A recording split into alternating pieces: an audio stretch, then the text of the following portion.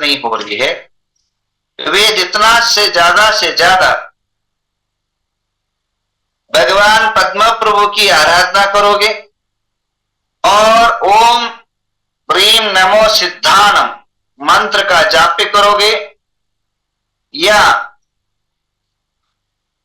ओम प्रेम पद्म प्रभु नमस्तुभ्यम मम सूर्य दोष निवारणम इस मंत्र का जाप्यानुष्ठान करोगे और आपके शक्ति के अनुसार, भक्ति के अनुसार, भावनाओं के अनुसार जो है गरीब गौर लोगों को दाना धर्मादि करते रहोगे तो निश्चित रूपेण आपके जीवन के अंदर सफलता की कुंजी प्राप्त हो सकती है।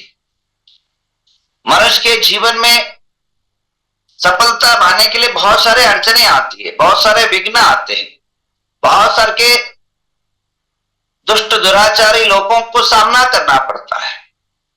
जीवन के अंदर संघर्षमय जीवन रहता है।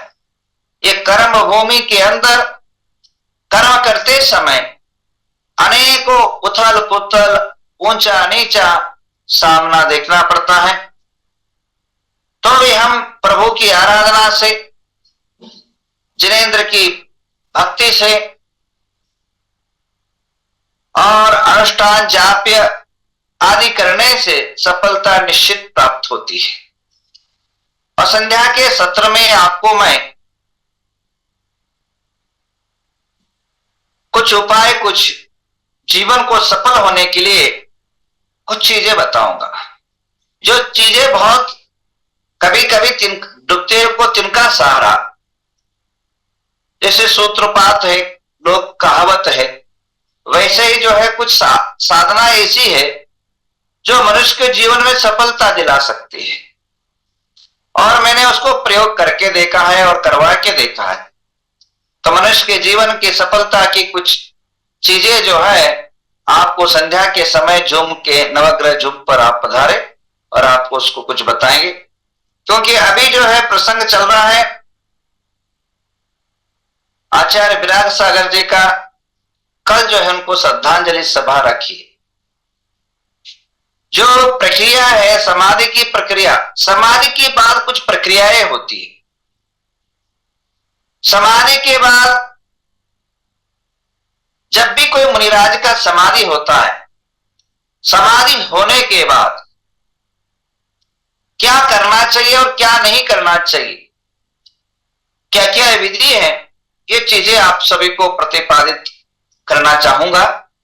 और ध्यान रखिए, क्रिया में, अंतिम क्रिया में कुछ गलती कुछ हुआ तो उसको जो कमाइजा है, जो कष्ट है, वह संघों को और श्रावकों को भुगतना पड़ता है। समाधि के चाहे वह श्रावकों का हो चाहे वह मुनि का हो, मरने के बाद बैठा के रखना है, सुला के नहीं रखना चाहिए।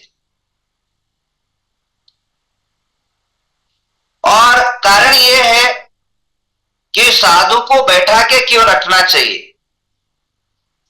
साधु को जब डोली में ले जाया जाता है और बॉडी जो है अगर सुला दो और उठाओगे नहीं, तुरंत नहीं उठाओगे, पैर अकड़ गया तो फिर बाद में वो टूट जाएगा, दो टुकड़े करने पड़ेंगे, परंतु जो है वह सीधा नहीं हो पाएगा।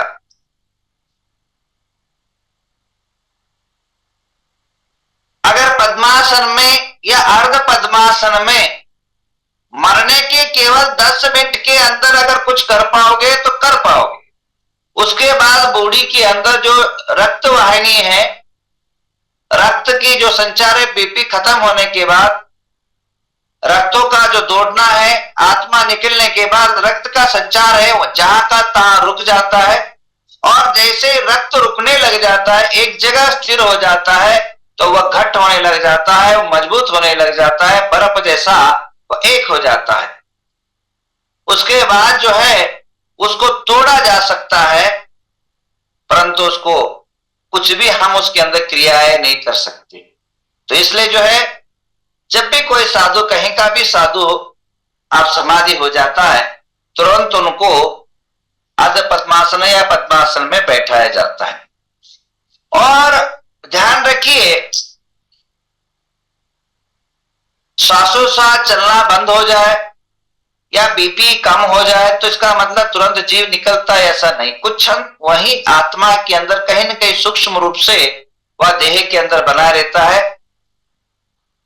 और इसलिए जो है तब तक कंटिन्यू जो एक आधा घंटा 1 घंटा नमोकार मंत्र या जो भी भक्ति आदि है या शब्दबोधना है, संबोधना है, यह कंटिन्यू आधा घंटे तक होना चाहिए।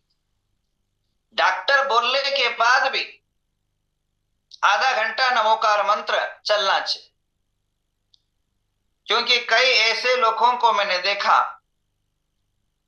डॉक्टर बोलने के बाद भी, मशान में ले जाने के बाद भी उठ गए हैं, बॉडी तुरंत प्रक्रिया शुरू हो गई।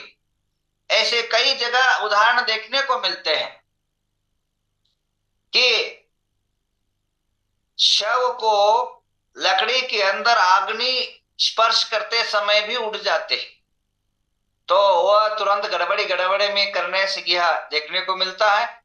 तो इसलिए तत्क्षण साधु अगर हो, अर्ध पद्मासन और पद्मासन के अंदर बैठा देना चाहिए और नमोकार मंत्र कंटिन्यू रहना चाहिए। और दिशाएं ध्यान रखना है, आपकी घर और समाज के लिए नुकसानदायी देगा अगर वो पूर्व और उत्तर के तरफ मुंह करके बैठाओगे तो, चाहे घर में हो चाहे बाहर हो। बैठाने का एक विधि है, एक दिशा है। जीवन जीने का दिशा है और मरने का एक दिशा है। और दिशाहीन व्यक्ति को दिशाहीन बना देता है, तो दिशा प्रमुख पात्र अदा करती है। दिशा जो है पश्चिम दिशा और दक्षिण दिशा की तरफ मुख करना चाहिए और वहां करा के बैठना चाहिए। वहां सातिया लगा करके एक दीप जलाना चाहिए। यह दीप शांति का प्रतीक होता है और उस दीप इसलिए जलाया जाता है मृत्यु के समय पर, उनके अंदर जो बीमारियां है, उनके अंदर जो रोग है, उनके अंदर जो भी रोग संबंधित बैक्टीरिया बाहर निकलते हैं और दीप की ज्योति से, दीप की जो प्रभा से, दीप से निकलने वाली ऊर्जा से वहां का घर का जो वातावरण है या रूम का वातावरण है या जो भी जहां भी अपना उनका मृत्यु समाधि यदि हुई है, वह जो है शुद्ध बनाता है। मैंने पिछले दिनों में भी कहा था, मशान के अंदर भूत प्रेत नहीं होते हैं, परंतु मशान के अंदर वास करना, मशान के अंदर अपना जीवन बिताना, यह रोग का कारक बनाता है। अगर किसी को कैंसर, किसी को अनेकों प्रकार के एड्स, किसी को जो है स्पर्श रोग की बीमारियां, चर्म रोग की बीमारियां, जब वही बिखरी हुई रहती है और कुछ बैक्टीरिया ऐसी होती है आग से जलती नहीं,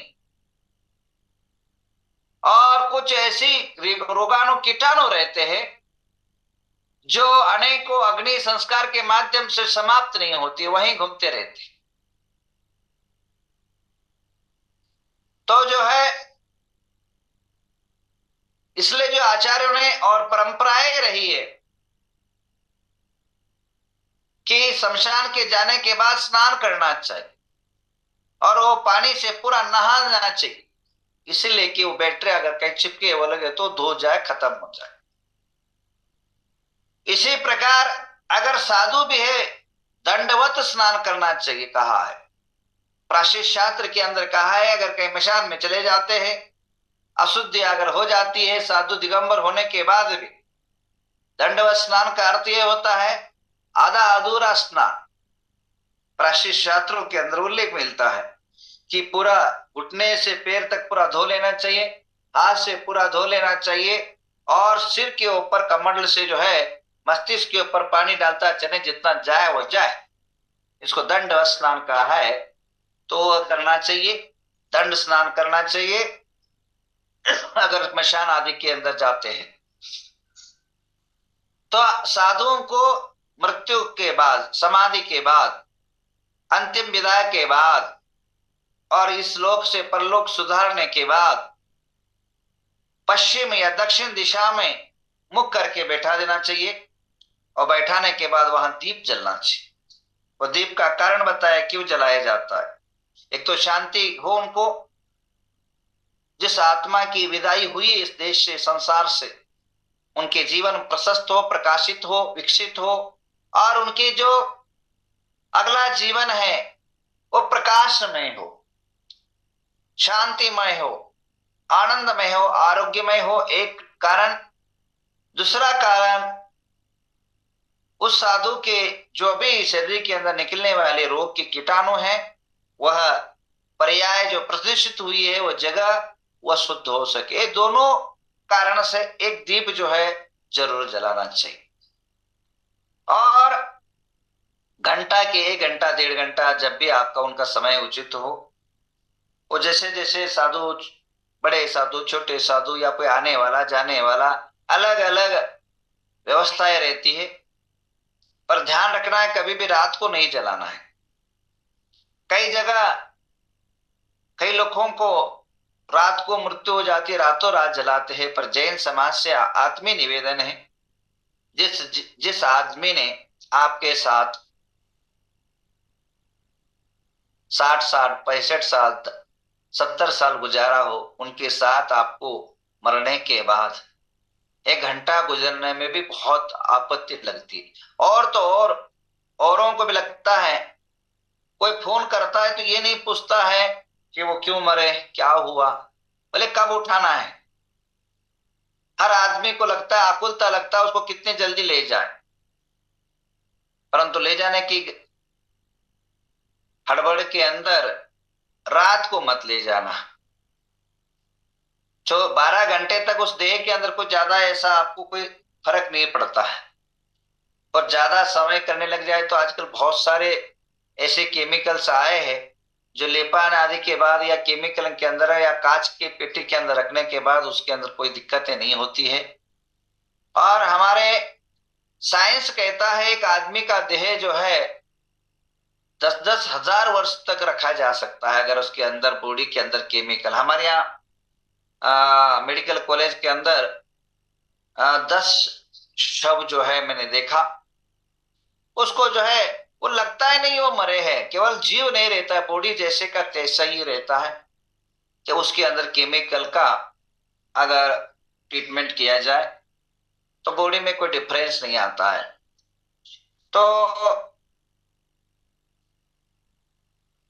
आदमी मरने के बाद या साधु की समाधि के बाद रात को नहीं जलाना चाहिए। सूर्योदय के बाद या सूर्यास्त के पूर्व जो है समाधि का अंत क्रिया होना चाहिए। और जहां साधु की समाधि की अंत क्रिया हो, एक 2-3 चीजें आचार्य भगवती आराधना के अंदर शिवकुटी स्वामी ने मरणकंडिका के अंदर बहुत सुंदर उल्लेख किया है। जमीन कैसा हो, पहले जमाने में तो ये जलाने की प्रथाएं नहीं थी। पहले जमाने में साधु को जो है जैसे ही मृत्यु हो जाता तो जंगल के अंदर एक शिला पर, समतल शिला पर छोड़ देते थे। समतल शिला पर छोड़ने के बाद, पहले के जमाने की बात कह रहा हूं, यह 1500 हजारों वर्ष के पूर्व की व्यवस्थाएं बता रहा हूं, अभी का नहीं, अभी नहीं करना चाहिए ऐसा। कहीं भी जंगल के साधु लोग जंगल में रहते थे और एक जंगल के अंदर समशिला पर छोड़ देते थे और समतल जमीन पर छोड़ने के बाद दूसरे दिन या तीसरे दिन जाकर के देखते थे कि उसके देह का क्या क्या रूपांतरण हुआ है, क्या क्या उसके अंदर अंतर आया है, देखते थे। अगर वह बॉडी कोई जानवर, कोई पक्षी या कोई अन्य प्राकृतिक निमित्त से उनका देह बहुत चोटी पर ले जाके छोड़ दिया गया हो या गड्ढे के अंदर छोड़ दिया हो या समतल पर छोड़ दिया हो, उसके माध्यम से, उस निमित्त के माध्यम से भविष्य का वक्तव्य होता था। अगर बहुत चोटी पर जाकर के देह अगर गिरता था तो अनुमान लगाया जाता था, निमित्त शास्त्रों के माध्यम से बताया गया है कि वह साधु जो है उच्च कोटि का है और वह स्वर्गारोहण कर चुका है। कोई भी प्रभावना के माध्यम से या नाम के माध्यम से उच्च कोटि का नहीं होता है, उसके अंदर चलने वाली भावनाओं के माध्यम से आगे पीछे होता है। और इसी प्रकार अगर कोई साधु का देह कहीं गड्ढे में चला गया हो, कहीं रखा हुआ जगह से नीचे चला गया हो, तो नरकादि गति में चला गया ऐसे समझना चाहिए। बहुत गड्ढे में गया हो और मीडियम के ऊपर चला गया हो तो त्रियंच गति में माना जाता है। और जहां का तहां अगर देह रहता है तो समझा जाता है इनका देह जो है मनुष्य गति को दोबारा जन्म लिया है। ऐसे अलग अलग उल्लेख जो है शास्त्रों के अंदर देखने को मिलता है। तो कहने का तात्पर्य यह है, मनुष्य के जीवन के अंदर इसका इफेक्ट देखने को मिलता है। मृत्यु के बाद भी जो है इसका असर आप सभी को देखने को मिल रहा है और उससे अपने को अनुमान लगाया जा सकता है। हमारे कर्नाटक के अंदर जो सामान्य मनुष्य मरते हैं तो उनके लिए एक प्रक्रिया होती है। दो प्रक्रिया मैंने देखा है, कई जगह प्रांतों में देखा है कि आदमी जहां मरा है, ये आदमी की बात कर, साधु की बात नहीं कर रहा हूं, एक सामान्य श्रावकों की बात कर रहा हूं। तो जहां मरा है वहां जो है एक आटा जो है वहां रखा जाता है और आटे को जो है कहीं कीड़ा मकोड़ा आदि न जाए तो पूरा ढका जाता है। ढकने के ऊपर कोई बड़ा प्रेशर रख के, कोई अंदर जीव कीड़ी मकोड़ा न हो उस पर कुछ जोर से दबा करके वजन की वस्तु रखी जाती है और उसके बाद दूसरे दिन आकर के उनको देखा जाता है। अगर जो मनुष्य जहां जन्म लिया है वहां की चिन्हाकृति, वहां की आकृति देखने को मिलता है। मनुष्य का पर गया तो मुकुट बन जाता है, देव में गया तो त्रेंच गया तो त्रेंच प्राणियों का वहां पैर देखा जाता है, नरकादि में गया तो राक्षस की प्रवृत्ति, राक्षस की आकृति उस इसके अंदर, उस आटे के अंदर देखने को मिलता है। इस प्रकार की जो है मरने के बाद विधि ये भी देखी जाती है। और जो है दीप जलाया जाता है, जो मैंने बोला दीप जलाओ, अगर दीप बुझ जाता है तो भी अशुभ का प्रतीक माने जाते हैं। दीप अखंड रहता है तो मनुष्य के जीवन के अंदर वह पुण्यात्मा, वह मनुष्य अच्छे उच्च कोटि में गया है, इस बात को प्रतिपादित किया जाता है। और भी मरण की तरीका है जानने का, वो स्वर्ग गया नरक गया। अब रही बात हमारे यहाँ शास्त्रों के अंदर, जैन धर्म के अंदर, जिन शासन के अंदर इस बात को तो माना है कि पुनर्जन्म होता है।